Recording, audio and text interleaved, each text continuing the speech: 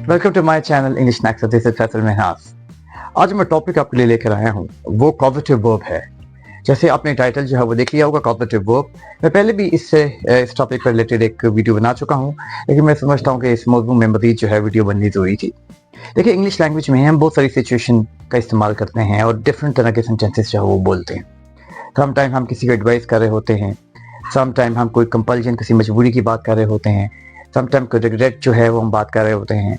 तो different situation पे हम मॉडल वर्ब का इस्तेमाल करते हैं। ठीक इसी तरीके से कॉजेटिव वर्ब भी जो है एक सिचुएशन के लिए इस्तेमाल होते हैं।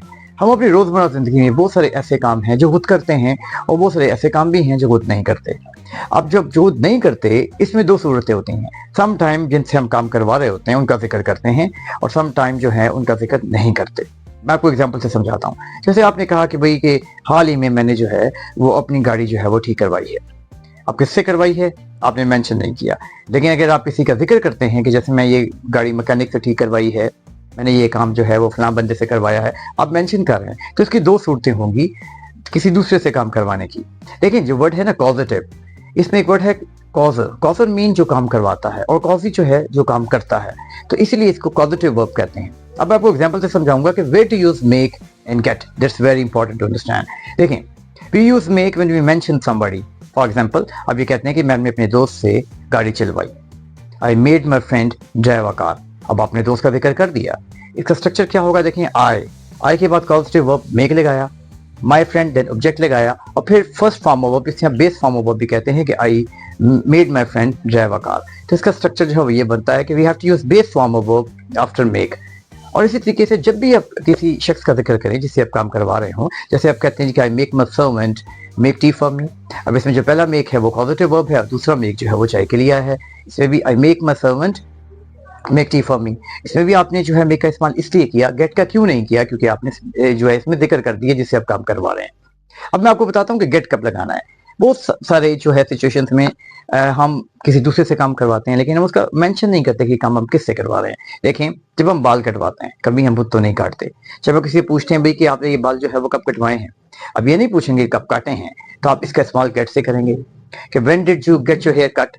इसी तरीके से आपने घर में रिसेंटली जो है वो पेंट करवाया, आप कहते हैं मैंने घर में पेंट करवाया है, किससे करवाया ये आपने मेंशन नहीं किया, तो इसमें आपका गेट का इस्तेमाल करेंगे। Recently I got my house painted. इसका स्ट्रक्चर समझ लें। इसमें जैसे मेक में हम बेस फॉर्म ऑफ वर्ब का इस्तेमाल करते हैं, लेकिन इसमें हम third form of verb past participle को एंड में इस्तेमाल करते हैं और इसका स्ट्रक्चर ये बनता है subject plus causative verb get and then you have to use no object, और फिर आपने third form of verb past participle का इस्तेमाल करना है। अब एग्जांपल से आपको समझाता हूँ। आप कहते हैं कि मैंने अपनी गाड़ी जो है वो ठीक करवानी है, I have to get my car repaired. अब इसमें नोट करें कि इसमें स्ट्रक्चर है, इसमें थर्ड फॉर्म ऑफ वर्ब आपने एंड में लगानी है, जबकि मेक में बेस फॉर्म अब मेक के बाद जो है वो लगाते हैं।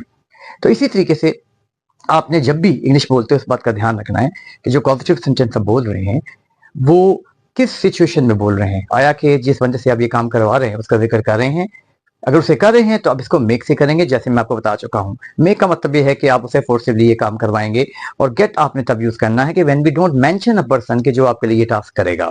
और एग्जांपल से आपको मैं समझा सकता हूं। जैसे देखें, आपने हाल ही में अपने घर तमीर करवाया। आप कहते हैं कि मैंने हाल ही में अपना घर जो है बनवाया है, आपने खुद तो नहीं बनाया। तो आप क्या कहेंगे, recently I got my house constructed, मैंने जो है इसको तमीर करवाया है भैया।